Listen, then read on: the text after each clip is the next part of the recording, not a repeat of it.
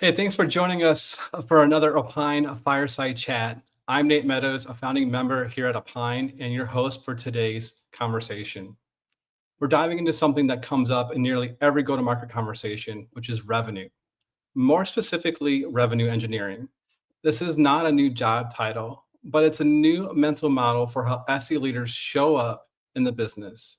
It's all about influence, alignment, and impact across the entire customer lifecycle. But before we get into the real meat of this discussion, I'd like to welcome someone who's been deeply thinking about this since day one, our CEO and co-founder, Akash. After Akash joins us, I'll introduce our two incredible guests who probably don't even need an introduction, and then we'll jump right into the meat of the conversation. A quick housekeeping note, feel free to drop any questions or thoughts in the chat. Our team's going to do their best to monitor them, and we'll even surface some of your best ones to our live panel. If you would like a recording of today's session, please email closers@tryopine.com with the subject line, Revenue Engineering. We'll also be giving away 3 signed books from John and his book today, which we'll share a little bit towards the end of today's session. Now, without further delay, please join me in welcoming our CEO, former SE and SE leader, Akash, to the virtual stage. Hey, Nate, thanks for the introduction. A little bit of live mute issues, can't help. Beauty of being live, my friend. No, it's just our everyday, right, on Zoom. Can you hear me? Can you see this? Yep, exactly. But yeah, it's great to be here, and I'm really excited to have our guests, John and Chris. They are, probably no introduction, but I'll let you do it. But I'll just say at a high level, revenue engineering has become more than a buzzword, right? SE leaders are being asked to kind of drive velocity, right? Not just be the technical validators, the fit checks, the technical win, but how do you accelerate that whole process? How do you do it with a higher attachment rate, with a lower headcount? And all of this pressure placed on this technical journey of the customer, smoother handoff to post-sales, better retention. Everything is kind of on the SEs, really. And the SE leadership's also being tapped for context from a variety of teams, right? Not just sales leaders and RevOps, but post-sales leaders, customer success, product engineering. And I think we're going to learn a lot from our guests today on how to manage that and what are the top performing SE leaders doing versus just those that are kind of staying above water, barely. And, it'll be quite insightful. Awesome. Thanks so much, Akash. I'm going to bring Chris and John to the stage. John, we'll start with you. People probably recognize that wonderful face of yours and voice, but if you wouldn't mind, for those who aren't familiar with you, just give them a quick introduction of who you are. Sure. So good morning or good afternoon to everyone out there in the audience. My name is John Kerr. I am the author and managing director of Mastering Technical Sales, and now technically the chief content officer of Up to Speed, which is a master holding company based out there in Singapore. I've been engaged in the world of pre-sales for 4 decades now, I think. To date myself, I made my first sales call as an SE in August 1984. Chris may be able to beat that, I'm not sure. So really excited to be here today and talk about SE leadership, revenue engineering, and the great framework that Chris and I have to try and make it all just that tiny bit easier. And people saying you can't see it, so yeah, there it is, right? Live from the flight deck here in Philadelphia. Okay. I love it. Thanks so much, John. Appreciate that. Chris, my friend, I'm going to turn it over to you. Tell the world who you are. Yeah, thanks. And John's got his battle gear on. Later on, he'll stand up and show you his T-shirt. I've got my battle gear on, which is how I like to go to talk to clients. Who I am and what I've done really isn't important. I have counted up how many continuous quarters I had of carrying a quota, and it was 123. I had 123 continuous quarters. So I'm surprised I'm not kind of slumped over with the burden of all that through the years. I've been an SE, certainly. I've been in professional services. I've been implementing technology in the PS group. And then I've had the great honor of leading those teams all the way from first line manager up to a VP. And when I was a VP, I had sort of a combined SE and PS organization, which is kind of rival tribes going at each other all the time. That was a lot of fun. After I left that job, John invited me to join his practice. He and I wrote a management book together, and now I'm on even a bigger job, which is the job of listening and serving the people on this call. So, Nate, thanks. I hope that that's a good summary, and I'm really keen on this discussion myself. Oh, awesome. Fantastic. John, Chris, thank you so much for those introductions. And I can speak for both Akash and myself and say, probably the entire audience, we're really excited about this conversation today. So let's kick it off. Let's get right into the meat of it. My first question to the panel here, and I'll start with John, and then we'll kind of go around the room. I'm curious, what separates good from great in SE leadership today with all the new mandates, something, that Akash was just kind of mentioning as we were kind of kicking off? Wow. We should have a seminar about this. Oh wait, we are. So there are so many things. So maybe we should kind of flip our usual advice and look about the things that don't work so well. Typically, many of today's SE leaders are in that position and they've been there for 12 months or less, and you basically become an SE leader because you're a really good SE. And you get promoted, you go through, Harvard Business training online, and you get given a manual, managing within the law, and then told, go out there and be a manager. And no one actually teaches you how to do it or what you should do. And it's really, really tough. So I think the best leaders out there, whether you're a first line leader or a VP of 2,000 people, they have a framework, and Chris and I will definitely get into that. They have a framework. And they have a brand, right? And a brand is really what people say about you when you're not in the room. And that is so important because whether you're first line or fifth line management, you can't be everywhere. So I think those are the two things that distinguish good from great. Part two, where it comes to revenue engineering, maybe not to burst the bubble, but revenue engineering has been around for about 35 years. It has come into fashion in the last 18 months, certainly. But old timers, baby boomers like Chris and myself, we hear this and we roll our eyes and go, here we go again. So that's why it's so exciting to talk about it. Chris. Yeah, thanks. I think from my perspective, separating good to great, just to take a quick step back, there's a long continuum of the kinds of SEs that we see. And kind of way over here are the kind of salesy SEs who don't really have deep, who aren't really thriving on deep technical knowledge. And over here are the really technical ones who can solve just about anything and just read any kind of dump and immediately figure out what the problem was. I was kind of in here. So I had deep respect for the technical people. I was more over on the sales side. So when I went from being an SE and a PS person into sales engineering, I basically shut up. I shut up and listened for a long time, and I worked hard on building trust with the team. So rather than being the old George MacDonald Scottish poet line, it's better to be trusted than loved. I didn't work hard on being liked or loved by my SE team. I worked hard on building trust, and then separated myself from the pack by extending that trust cross-functionally, which John is sick and tired of hearing me talk about SE jobs cross-functionally. But that was also one of my minds. So gain trust and then work cross-functionally are some of my recommendations for getting to that great category. Awesome. Appreciate that, Chris. Now, Akash, you have a unique perspective on this because you've been both an SE and an SE leader, not too long ago in your career. I'd love to hear your take on this. Yeah, right. I think that's the insiders. I've been at SE recently, just a regular old, ICSA. I did lead a team in pre and post sales as well, but I think I'll give that IC perspective, right? I think what I really value in a leader back then, and what I tried to provide for my team, was someone that would sweep the streets and also was willing to leverage their political capital for me. We build up so much goodwill in the organization as SEs, we can actually call in a lot more favors than we think.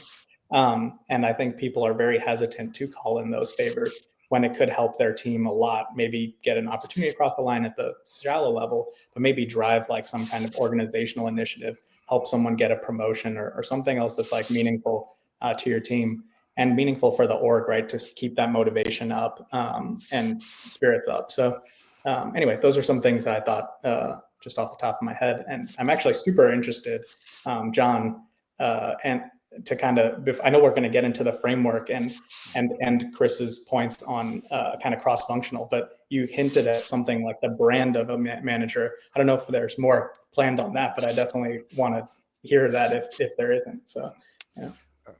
Yeah, we will come back to that later on. Don't be one of those customers who says, show me this feature that we're going to show in 25 minutes, like that. Don't you love this? Yeah. Awesome. Yeah, I'm looking forward to that as well. And we again, we can bounce around a little bit. That's the beauty of this. There's no rules, right? Let's have an open, live, just kind of a little bit chaotic, but structured chaotic conversation. But one of the things that I think it's really a great place for us to start. What is revenue engineering? I think there's, one of the things that I've seen in a few emails or comments that came in, prior to us going live today is, hey, can you help us understand? Because I'm hearing that it's this, but I'm also hearing that it's that. And I'm curious if we can just kind of collectively come to an alignment and agreement on what truly is revenue engineering in today's world. And, Chris, I'll start with you. Yeah, thanks. And by the way, you talk about chaos here. I'd love to see this comment panel just fill up with your observations as well. John and I don't have all the answers. Mm-hmm. In fact, we're amazed how few answers we really have when we start enjoying some amber-colored adult fluids together. But I'd love to see this chat line fill up with your ideas, your thoughts, your questions as well. So for me, just again, a little bit of history. We all lived in the days when perpetual licenses was the key. You bought software for life, perpetual. You paid maintenance, hardware, the same thing. And the job of an SE for revenue engineering was a little different there. It was, let's get to maintenance. Let's make sure they pay their maintenance. Let's do tech refresh. The next phase came around, and it was an add-on. It wasn't a this or. And then it came to everything as a service. Everything is a service. And the job of the SE and sales engineering changed a little bit then as well. It became more about renewals and expansion of that renewal.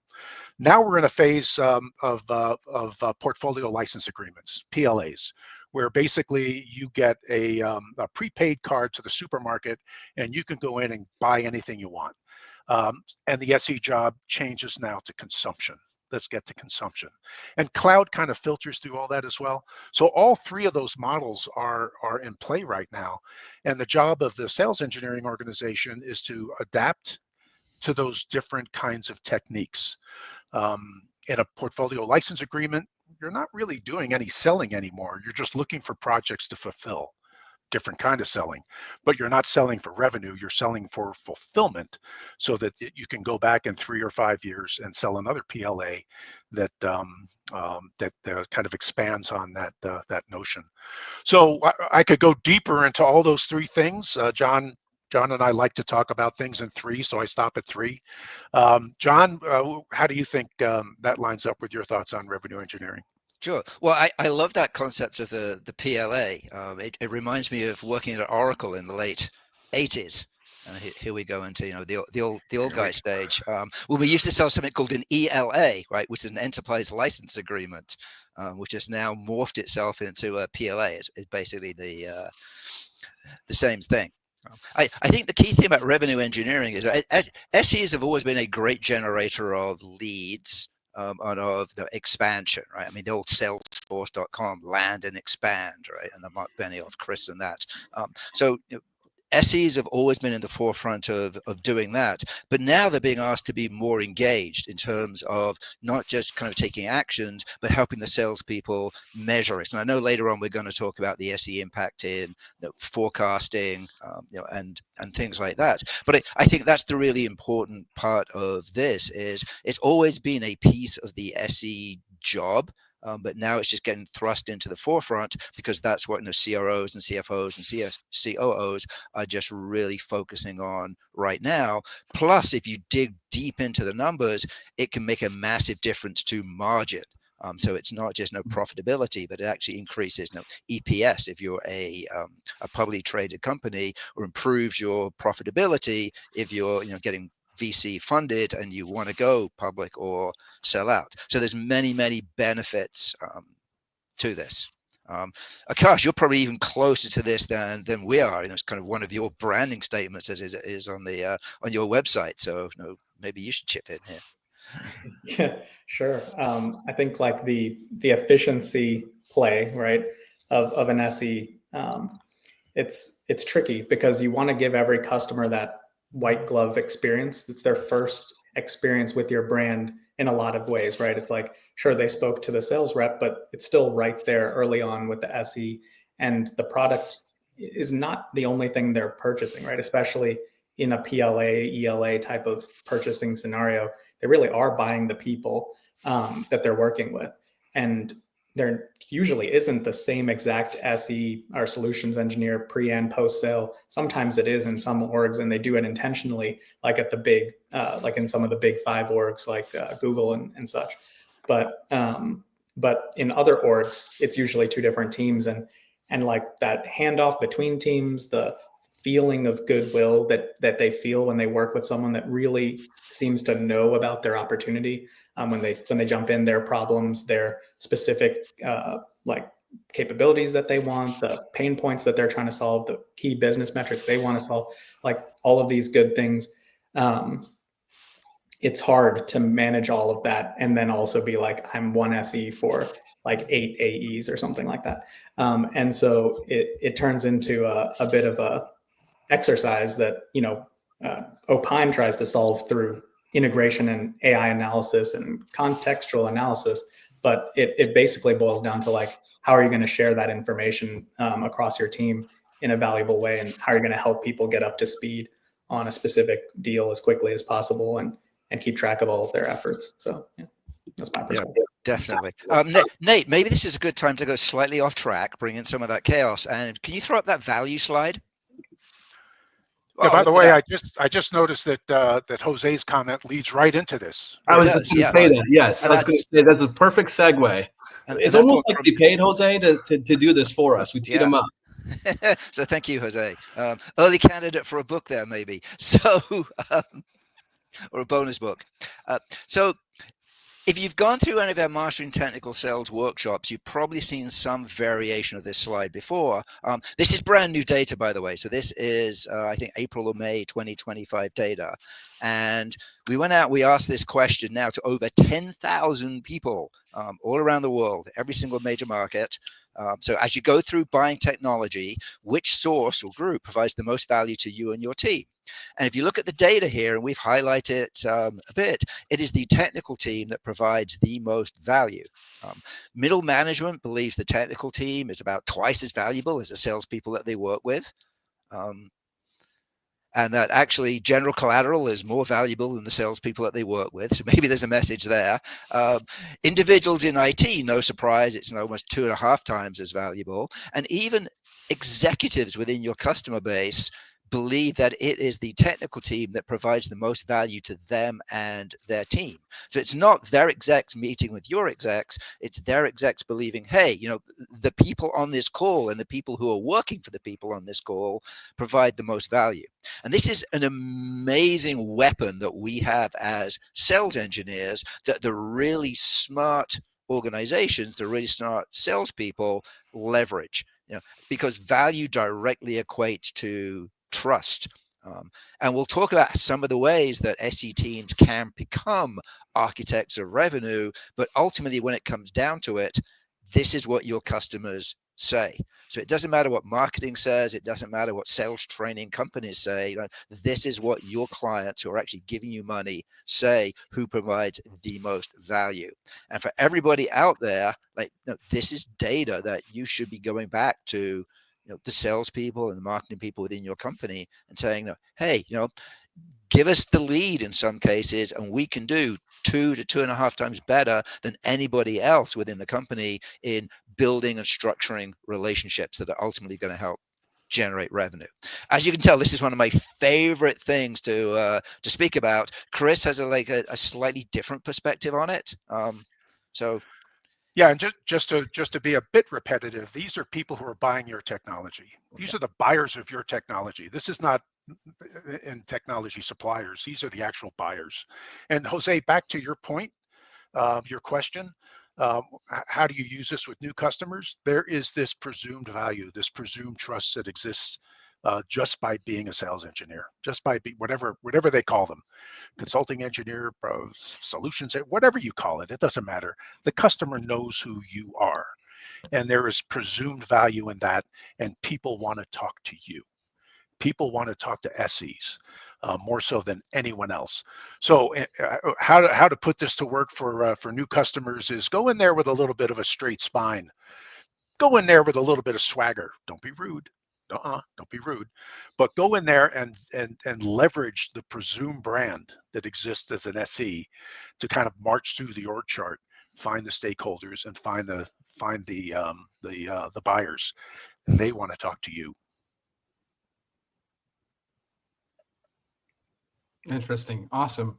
Akash, what's your take?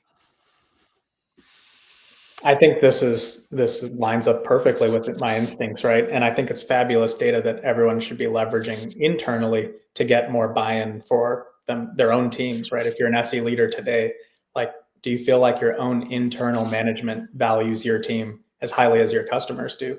And why would there be a discrepancy in that? That's like the big thing that stands out to me. Maybe even a question back to John and Chris, like how to sort through that kind of discrepancy, when the internal team doesn't value as highly as the customers do. Yeah, so I see Michael's comment here about Amit, the CEO of Gong, right? So he's wrong. There has to date been over, I think, $750 million invested into tooling for the sales engineer in terms of companies just like yours, Akash, and others. The really insightful organizations, I wish I could call them out by name, but we're under NDAs, absolutely recognize this, and they are providing the tooling for the sales engineers so they can do their job more efficiently. If you think about it, much as I hate to quote McKinsey, I will in this case, about 30% of a direct sales force is made up of sales engineers. Why are you providing tooling that makes 70% efficient if you're going to ignore the other 30%, which is where the trust and the value actually is? Now, Chris and I are biased in this, obviously, but I think the numbers state differently than what Amit is saying. Yeah, and if I can add, this you might not like to hear this, but some of this stuff is on us. Some of this stuff on why we're not valued is back on SE leaders and SEs themselves. We are, by our nature, pleasers. We're pleasers. We want to please. We don't like to cause conflict. We like to see things moving forward in a very, very nice, predictable manner. One of the things I picked up on and when I learned as being an SE leader was to be the publicist for my team. To actually tell them about the great things that were going on that nobody ever hears about every single day by the SE organization. Some of you, I'm happy to see some of you that registered that I worked with in the past, and you may remember I put out a quarterly win-loss thing and lessons learned thing that went to the CEO of the company, and product management went far and wide throughout the company. And that's what I saw my job to be the publicist for the great things that SEs do. And we don't do that enough because we don't like necessarily to cause conflict. Be bold, get out there. If you think about the teams in your company right now that know the customer best, know why they buy, know why they don't buy, it's the SE. It's a sales engineering organization. Everyone in your company should be flocking to you to understand buying patterns and new ways to go to market.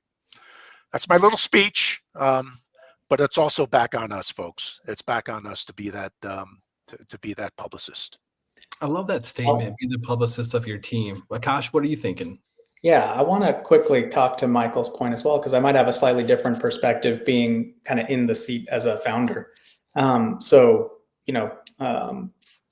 Michael's point is basically, Michael's question was, why would Gong not acquire a pre-sales tool? He asked the Gong CEO, and Gong CEO said the TAM wasn't great or whatever, and TAM being total addressable market. So it's not a big enough market basically for Gong to care to serve them particularly. And I think, John, you made a great point, and Chris, your point was also extremely important because I asked that question. As a founder, I think like Gong is actually right to focus on their specific audience, right? They want to serve account executives. There's a lot of account executives out there. And we all know that SE to AE ratio is like, there's less SEs than AEs. That's just how it works. And so if that's the way they see it, I think that's a perfectly reasonable strategy.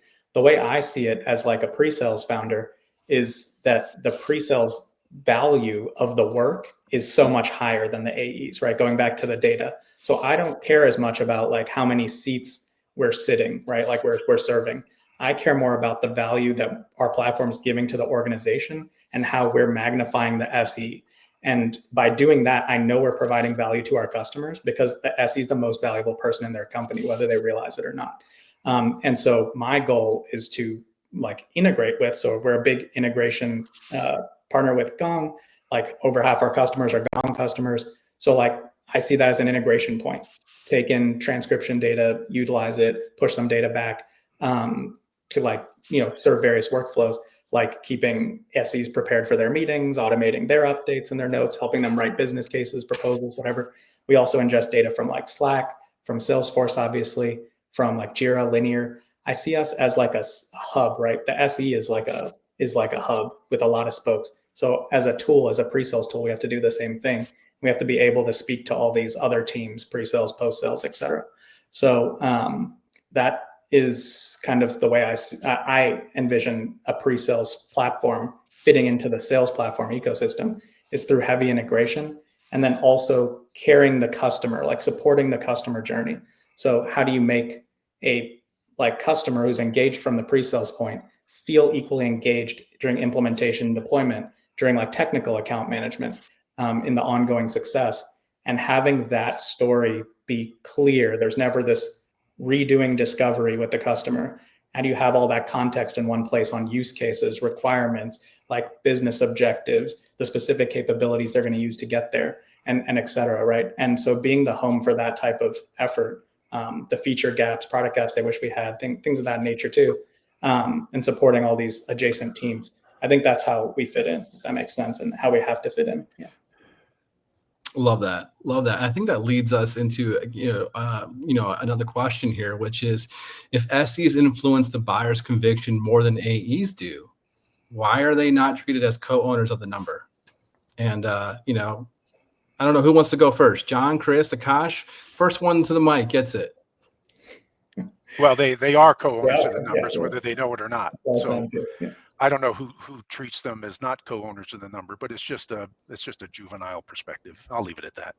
Yeah, they're 100% co-owners of the number. I've worked on teams and led teams where they literally carry an individual quota and bag.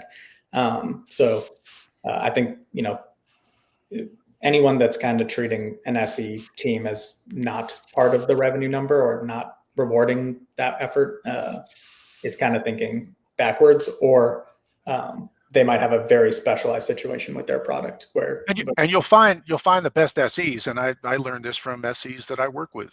You'll find the best SEs when they get their number at the beginning of the fiscal year, they're engineering how to overachieve already.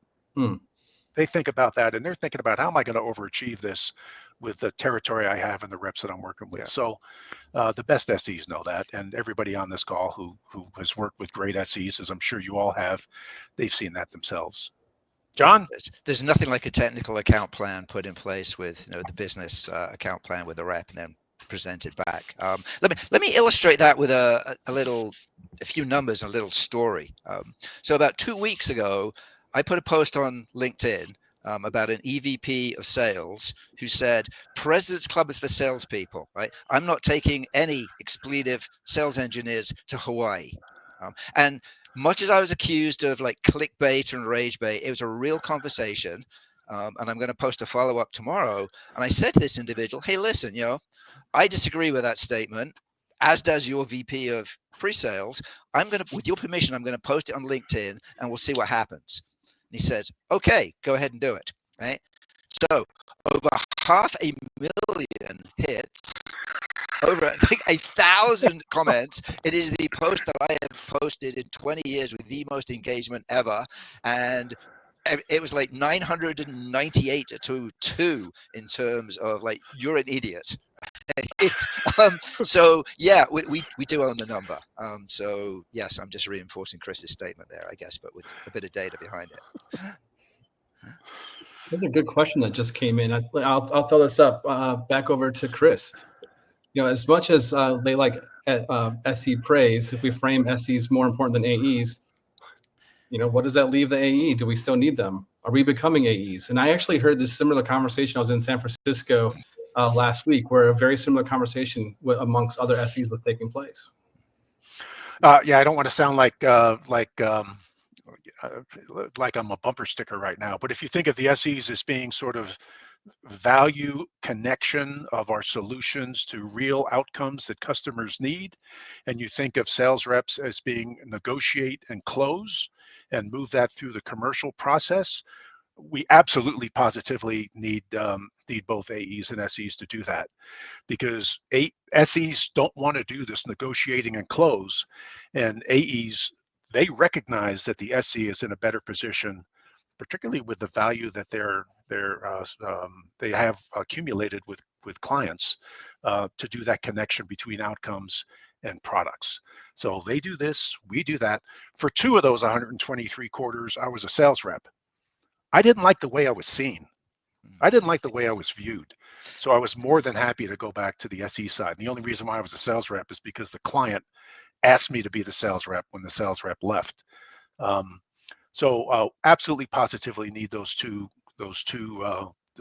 roles. And I think the SE is probably better prepared not to be replaced by AI. There's a little clickbait for you, John. Yeah, thank you for that. So first of all, guten Tag, Tim. Wie geht's? Tim from over there in Germany, another well-known name in the profession here. So yeah, one of my, I think, most famous quotes is that sales engineers are the oil that drives the engine of sales.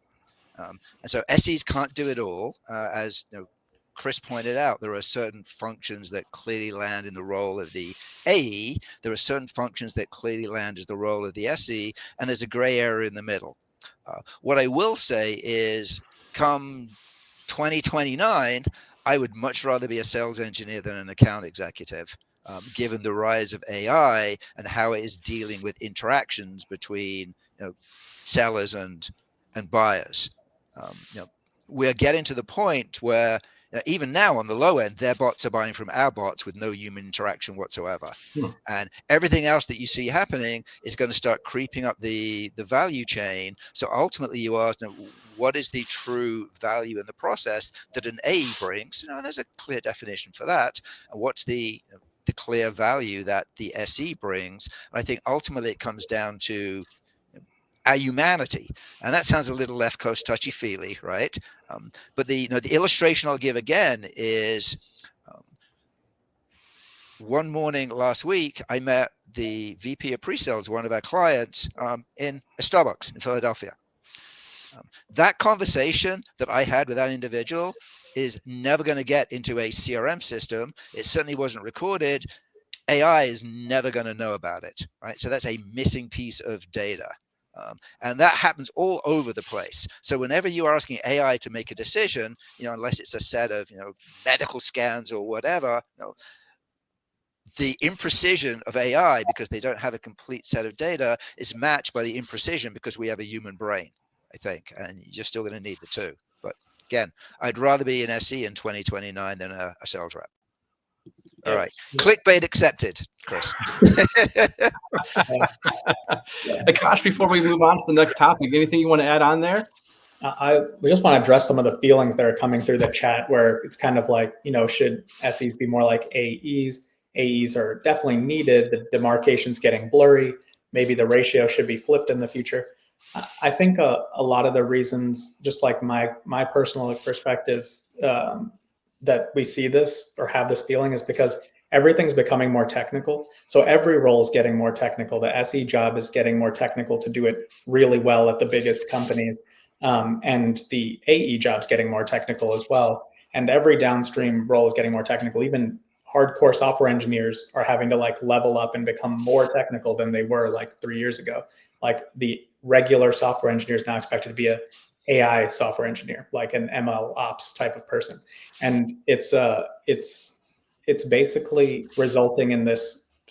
There's a few times where you can see this really in effect, is like an SE maybe starts becoming less technical and relative to their peers, and then they kind of become an AE. You know, sometimes they make that transition where they're like, actually, as an SE, I feel more capable of doing the AE job. I've definitely seen folks go from SE to AE before.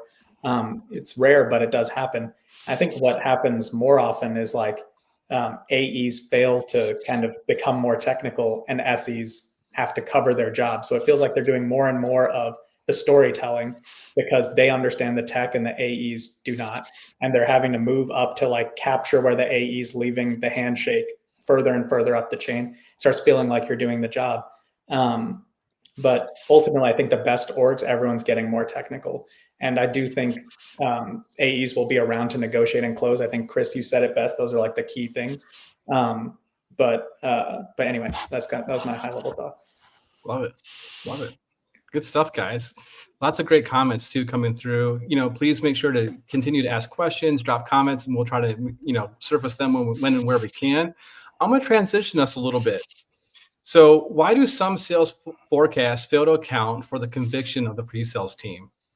You know, Akash, I'll turn it over to you. I want you to lead us off here. Could you repeat the question? I couldn't hear it clearly. Why do some sales forecasts fail to account for the conviction of the pre-sales team? And then the second part of that too is something for you to think about. What does that oversight cost companies? Yeah, that's interesting. I think to rephrase your question, basically, should SEs be involved in forecasting? The answer is yes. And like, how much should they be involved in forecasting, and why do people potentially ignore it? I have seen like companies that I work at where SE leaders are involved in pipeline calls at the executive level, right? On what's the forecast, et cetera, what's the sentiment of their team. It all boils down to just a sentiment typically. It's like, what's the SE sentiment on this? That's the most I've ever seen someone forecast the SE kind of part of the process, so to speak. I don't think teams are really forecasting, will this be like a technical fit? Will this be a technical win? What's the likelihood of that? And like, you know, what does a technical win or technical fit mean for our downstream conversion? Like that correlation, that exercise isn't quite there. Ultimately, the reason why I think people aren't doing it is because it's a lot of burden on the SE to like produce that data. It's like you end up asking people who are already like strapped for bandwidth, working on multiple things, supporting many people on tactical efforts, to now document stuff so that RevOps can like have a marginally better forecast. And it feels like it's marginal, it could be critical. There's no way of knowing because no one's doing it properly. But but anyway, that's kind of why I feel like the challenge comes from. And really, you have to be able to grab that data automatically to some degree. And now that there's AI, can you assess the technical fit automatically? The technical win, can you predict it automatically? You know, are you building those things into your forecast models? A great question. How valuable it would be remains to be seen, in my opinion. But I think maybe John or Chris might know better on that front. Yeah, so my belief is it's incredibly valuable. The really smart sales leaders have been doing this for decades. I cite a good old buddy of mine, Mark Schneebolk. Worked with him at 3 different companies, and most recently he was a VP of sales, and I ran the good chunk of the pre-sales team. And whenever Mark was getting ready for a QBR, he'd show me the forecast. I saw the forecast every day anyway, and said, "Hey, John, no, what does your team think about this?" And then he'd get my input on it and where we are on certain deals. The concern, 20, 25 years ago was that it was a shadow forecast and that a SE and an AE would disagree about a deal happening and the impact on their relationship and teamwork because of that. And that's the interpersonal relationships. I think what's happening now is there are some organizations who do this. There is an incredibly large cloud provider that tried to do it about 2 years ago, and you're absolutely right that it just hammered the the SE leaders in terms of the amount of time that they were spending looking at a forecast and absolutely formalizing it. So yeah, I think sentiment is a good thing. What I will say lastly, though, is there is a definite correlation between the technical win and the business win. And we've done this data and research with a number of companies. One of my clients told me that, John, if we get a technical win, for every $100 million that we say is a technical win, $81 million of that actually transfers to be a business win. And the hysteresis, the delay in that is on average 42 days. So if you look at it, 6 weeks before the quarter closes, if you look at what the SE team says is a technical win, you can get an accuracy of about 5 to 6% in your forecast if you have the data sufficient to prove that. And that's before they ran it through ChatGPT and Perplexity. Right? So there's an absolute definite linkage there if your SE team knows what they're doing and you have a really strong, solid definition of a technical win. Love that. Love that. Chris, what do you think? Yeah, just to add on to what John just said, it may vary by different products. So for a certain product, that may be 42 days prior. For another product, it may be 22 days prior. So for us as SE leaders, back to revenue engineering, we need to think carefully about what that gap is, and really think about the activities that we do to bring it to that 42 or 28 days, whatever it is, and then contribute that data looking forward. Data. There's an old agricultural expression, weighing the pig doesn't make it any fatter. So there is a huge move and an addiction right now to just, if we could measure it, we should use it. And you could measure a lot of things that don't mean a damn thing to the business. And yet everyone says, hey, we can measure this. Let's measure this. So we need to be more clever about what we measure. And John and I have this notion that we talk about, which is ROPE, return on pre-sales engagement, which really is a set of ideas about what are the important things to measure. And it varies by different go-to-market strategies and product lines. So we need to be really thoughtful as SC leaders about what it is we measure. And a ROPE is what John just mentioned. What is the gap between technical close to commercial close, and how can that weigh into forecast? The question also was what happens when we dismiss the sales engineering component of this? Well, it's forecast accuracy is what we miss. World-class clients keep about a 5% notion of what their accuracy should be down to the rep level. And by the time with over-assignment and everything like that, they pretty much have their forecast accuracy kind of knocked by the time the quarter gets around to closing. So forecast accuracy can be a huge impact on earnings and what you report to the street. No, that's great. I could go on, but I won't. No, Chris, that's phenomenal. Actually, that leads into like something else I wanted to bring up, which is, where does the SE insight get lost between demo and forecast, and who owns that gap? I'll start with you again, Chris. Where does the forecast accuracy? Where does the SE insight get lost between demo and forecast, and who owns that gap? Well, if there's a gap, it falls back on the SE organization. To be the publicist, their own publicist as well, to provide insight back to the sales teams, including partners, external partners, on where that gap is and how to close any gaps associated with that. There are some games that are played a lot by sales reps. So you will see an SE saying, yes, we have technical closure here, and the sales rep saying, no, this is back at stage one, whatever stage one may be, an early stage. Well, time kills deals, as we all know. So if we have technical closure, but the rep isn't on that deal, that's a problem. That's a gap that needs to be addressed, and that's a gap that needs to be addressed by leadership. The reverse can take place as well. Rep is committing a deal. The SE is saying, we haven't even talked to stakeholders yet. We haven't even positioned the product in a way where it's been adopted.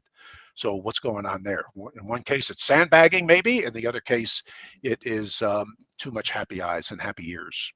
Love So that. that's a gap that needs to be addressed by leadership as they look at weighing the pig. John?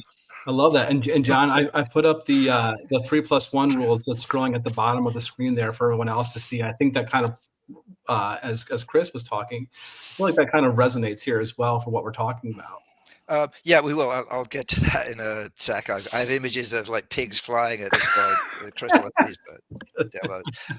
So to be a little nitpicky, the insight is not from demo to forecast. The insight actually is from discovery to forecast. Again, if you just start talking about SEs and demos and putting those together, I think it actually kind of belittles the profession a little bit. SEs can be far more accurate if they are engaged, at least in maybe not the first pass of discovery, but true business / technical discovery after that. I kind of liken it to the twin strands of the DNA helix. You need both happening at the same time. And if that doesn't happen, then it is on us. And much as we can blame systems, and there's no way to put it, it's our job as SE leadership to make sure that sales leadership does get our insight, whether it's formal or informally done. So to flip down to the stuff that's scrolling in the little purple box at the bottom, thank you, Nate, the power of private chat. One of the things that Chris and I wanted to finish up with is talking about a framework for SE leaders. I'll give my version, Chris will give his version. This is all covered to give a plug in the book, so you're going to get a 1-minute highlight of the book. But when I was thrown into SE leadership, I had no clue. And probably many of the people on this call were in the same kind of situation, like, no, what do I do next, right? And so what Chris and I did is we put together a framework with the help of a few people. I'll call out to a guy called Jack Fine, who gave me the initial idea, and then actually to John Parks, who used to be VP of Presales at McAfee, who like poked Chris and I enough that we actually wrote the book and put it all together. So thanks to those two gents.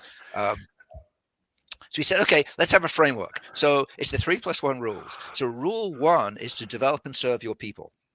And that is the #1 job of the SE leader, is to develop and serve your people.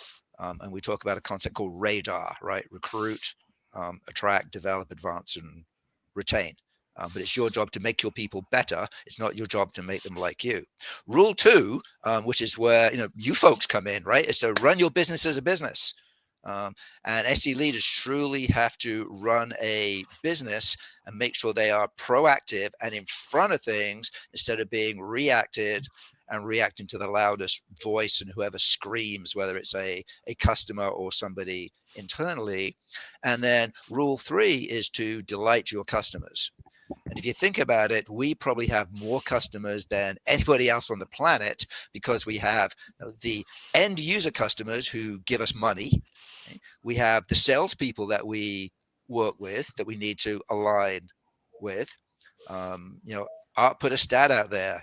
Sales teams are 35% more effective if they're aligned between sales and pre-sales. And then we have the end user, the partners, the third parties who tell us as well. So those are the 3 things. And then Chris and I realized, like, oh crap, we forgot something. Which is where the +1 or rule 0 comes in. Actually, I forgot it. I did this. I said, rule 0 is manage yourself. Think about it as your own personal operating system. I'm on John, goodness knows what at this point. So John 7.2, right? But if I learn a new skill or I improve myself, I become John 7.2.1, to use old numbering. So you continually have to invest in yourself, and many SE leaders forget that. And if you're not taking, at least 8 to 10% of your time as an SE leader to invest back in yourself, you're just going to flame out and explode. So those are the 3+1 rules, and it gives a basic framework. Everything we do, the 20+ SE leadership workshops that we've been delivering for a dozen years, they all fit into that framework. And I think it's an amazing framework for a first line manager or a fifth line EVP to function with and use. Yeah, thanks, John. And to tie it back to Akash's comment earlier about brand, it's the +1 rule. It's rule 0 to know yourself that really feeds back into brand. At one point in my career, maybe some of you on the call may even remember this. I had a terrible brand. I had a terrible brand, and I thought I was doing things because it was a noble thing to do. It was not noble. It was not noble at all. So I really had kind of a career moment where I had to really reflect strongly on what I wanted people to say about me behind my back, and I sat down. Luckily, I was working for a VP of Sales who gave me some latitude to recover my brand, and I wrote down 4 things. I know John and I think in 3s. I'm kind of a ordinate kind of guy. I think in 4s sometimes. And I began living the values associated with that brand. And within 6 months, indeed, I was able to change that brand around and get promoted to a VP slot in the fastest growing markets that the company I worked for at the time had. So you absolutely, positively can engineer your brand. You can absolutely make it come to pass, because I'm not that smart. And if I could do it, you can do it. So give some introspective time to that rule 0, because it is the most important to your effectiveness. And think about what you want to be known for. You have to think about that pretty hard and then write it down. Even to this day, once a year, I only do it once a year, I change up my operating system. I look at my brand and I go, is my desired brand, and I go, do I need to make some tweaks here? Is this a major reboot or what's going on? And of course it changes as you get older. And John, maybe it changes as you have grandchildren, as you do now. Yes. But things certainly change. Personal brand, professional brand, keep it going. Akash, I hope that answers your observation from earlier. It definitely does. I'm curious, maybe this is too personal, but so actually I'll reframe the question. What are some what are some brands of SE leaders you really like working with? If that makes sense. Ooh. Well, I love the SE leader who is really into partnership and focuses on the business. And you'll notice the key thing about the 3+1 rules in there, nowhere does it say hit your number. And Chris and I both believe that if you apply the 3+1 rules and you have a halfway decent product with salespeople who can put one foot in front of the other and a marketing team that doesn't mess anything up, you're going to hit your number. And that's really an essential thing. So it's more about developing and serving your people, and how big a shadow do you cast? How do you make a difference in other parts of your organization? Whether you work at a small startup or at an Oracle or a Cisco, how do you impact and make other parts of the organization better? Not just you and your team. And to me, that is like a great brand for an SE leader to have, because wouldn't you want people to say that about you and your team behind your back? Yeah, and within again, not a shameless plug for the book, but the largest section in the book, among the largest sections, is the one on develop and serving your people. And within developing and serving your people, I think our #1 job is being a good coach. And I really enjoy SE leaders. I enjoy leaders who are effective coaches. Not that they have all the answers, but they are effective in kind of leading you through a discovery process of your own, to arrive at some good answers in a way you can change your behaviors. So if I have to pick one, Akash, that would be one, that you're an effective coach. And SE leaders don't like to do that very much. And John and I have accumulated lots of data on why they don't. All those are, okay, we'll take it, good reasons, but reasons you have to overcome. Yeah. 82% of SEs say, I would like more coaching from my first line manager. And 70% of SE managers say, I do enough coaching. So there's a mismatch there, right? Awesome. That's awesome. Great answers. And I saw a cool comment from Pam in the audience as well. Who said SE leaders were open to continuous learning and admit they don't know all the answers. So kind of came in as you were saying that, Chris. So tied right in. Yeah. Yep. Upgrade your personal operating system. Absolutely. I love that whole mindset, upgrading your personal OS. That's fantastic. Gentlemen, as we come to a close here, I'm going to go quick around the room. Any final thoughts in terms of revenue engineering and how to set up and support new SE leaders with that new kind of mindset, that mental model. John, I'll start with you, and then I'll go to Chris, and then we'll go to Akash, and we'll start to close this bad boy out. Sure. So I think the fundamental thing here is trust your SE. So if you're a first line manager, trust your SEs, particularly the more senior ones, and look at how you can utilize that trust, that value as the secret weapon to then help you as a first line manager develop a better partnership with your counterpart over on the sales side. Because love it or not, that relationship is key to your happiness at work. Right? It's just the way things are. So it's next to your spouse and your loved ones. Your job is not to make that sales manager happy. It's to make that sales manager successful. And there is a difference. So happiness, success, two different things. It's interesting. Before you said that, I would have thought that those two would have been tied together, but it's an interesting perspective, John, for sure. Absolutely. Nope. No, I've made many salespeople unhappy in my career, but I would like to think I've made an incredible number of them successful. It's good sport, isn't it, John? Making them. Yeah. Chris, we'll turn it over to you. Any final thoughts, and then we'll do another quick round close. Yeah, I think from a revenue engineering perspective, I'd encourage people to think carefully about their business, the products they're selling, the complexity of their business, and think carefully about what measurements really matter. Lots of them absolutely positively do not. So think about the things you do. This notion that John brought up earlier of the days from technical close to commercial close is an example of a rope, return on pre-sales effort. Think about your own ropes. Put numbers aside. Don't even worry if you can measure it.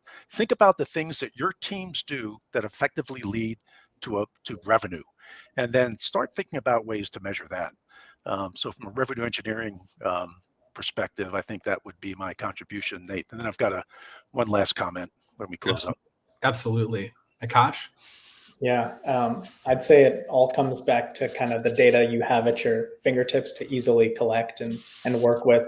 And in like a AI era, right, our ability to work with unstructured, more qualitative data is unparalleled, right? It's like you can just pull in raw text from like a Slack channel and suddenly parse out all of the like key things that the customer cared about, right? Just from people chit chatting, or like pull out a product gap that you need to let the product team know about. And that's just in Slack, let alone all the other like unstructured data we have at our disposal. So I think it's all about like context capture and like how are we driving like LLM workflows and automation. These aren't just buzzwords to me. To me, they're how you unlock the SE team and how they've traditionally, been, unable to really capture a lot of this data just due to the sheer amount of other work that they have going on. But it's really like an unlock for the whole revenue org in terms of revenue engineering when you have the data. And the other piece that I just always care about is like the customer. Are you thinking about your end customer's experience? How are they like, what would it take them to move faster through your sales process? Think about it from their perspective. What could you do to help them with their buying process, right? I'm a big fan of that kind of reversal of the sales process into the buying process and accelerating a customer's journey and making that feel as high touch and et cetera as possible, as opposed to the other way around. So, yeah. Awesome. Gentlemen, great answers. What I'm going to do now is give each of you the spotlight. John, I'll start with you, and I'll just let you share a few minutes about your book and anything else you want to share with the group before we end today's session. And then Chris will do the same, and then Akash will end with you. Sure. So thanks for that, Nate and Akash. Truly appreciate the opportunity, the invitation to get in front of like well over 100 people here, including a couple of our supposed competitors as well, which is pretty awesome.